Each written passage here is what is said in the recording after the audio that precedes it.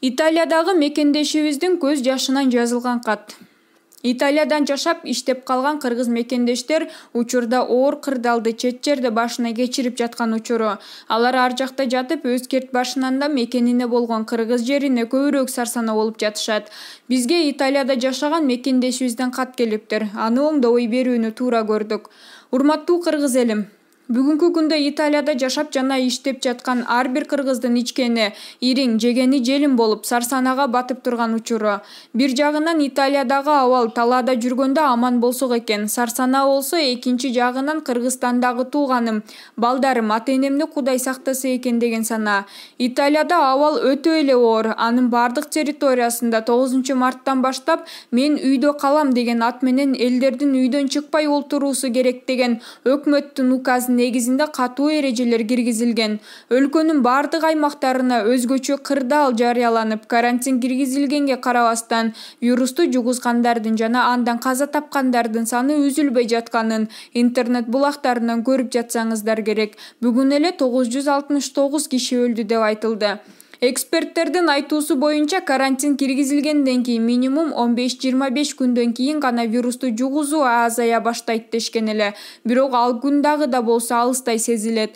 Башында вирусту жуктургандардын эпицентри Италиянын түндүгүндө гана катталса, азыркы учурда вирус бардык региондорго да тарап жатканы убак. Буга себеп болуп, айрым жарандардын жоопкерчилигин жоктугунда эгоисттик мамиле кылып, башкаларды ойлобогону да болду. Карантин киргизилген учурдан тартып түндүктө жашап, иштеп жаткан жарандар түштүктү көздөй агылып башташкан.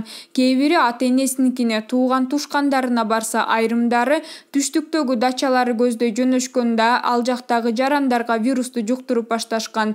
Мына ушундай кенебестик мамиледен улам азыркы учурда өлкөнүн түштүгүндө да кырдаал оордошуп баратат. Жуктургандардын саны күндөн күнгө өсүүдө.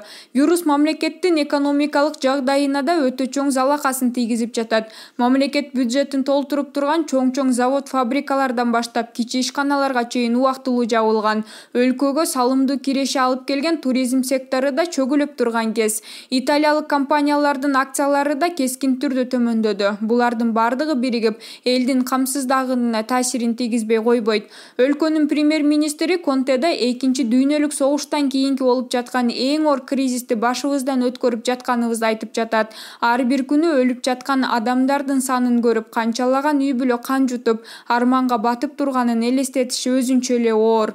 Ошол үчүн кыргыз элибизге кайрыларыбыз, мамлекеттен гана темирден катуу эрежени күтүп отурбастан, бул көйгөйгө ар бирибиз жоопкерчилик менен карайлы. Биз кыргыздар тойду жакшы көргөн, бирөө үйгө келсе жок дегенде чай ичирмейин кетирбеген меймандос элбиз. Бирок канчалык оор болсо да биз ошол көнгөн адаттарыбыздан убактылуу баш тартып туралык. Муну биз өзүбүз үчүн, үй бүлөбүз үчүн, ата-энебиз үчүн, туугандарыбыз үчүн, элибиз үчүн кылышыбыз керек экенин аң сезүү менен туялык. Сунушталган эрежелерди сактап үйдө олтуралы. Биз канчалаган аз адам менен көрүшсөк, ошончолук вирус качат экен. Бул дарттын дабасы үйдөн чыкпай отуруу экен.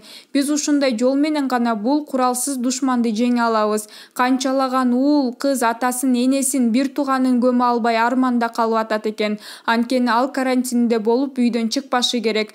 Алардын арасында жакынын сөөгүн жууп, жаназасын окуй албай калган мусулман туугандарыбыз да жок эмес. Биз дагы эртеңки күнү ушундай оор акыбалга жетпейли.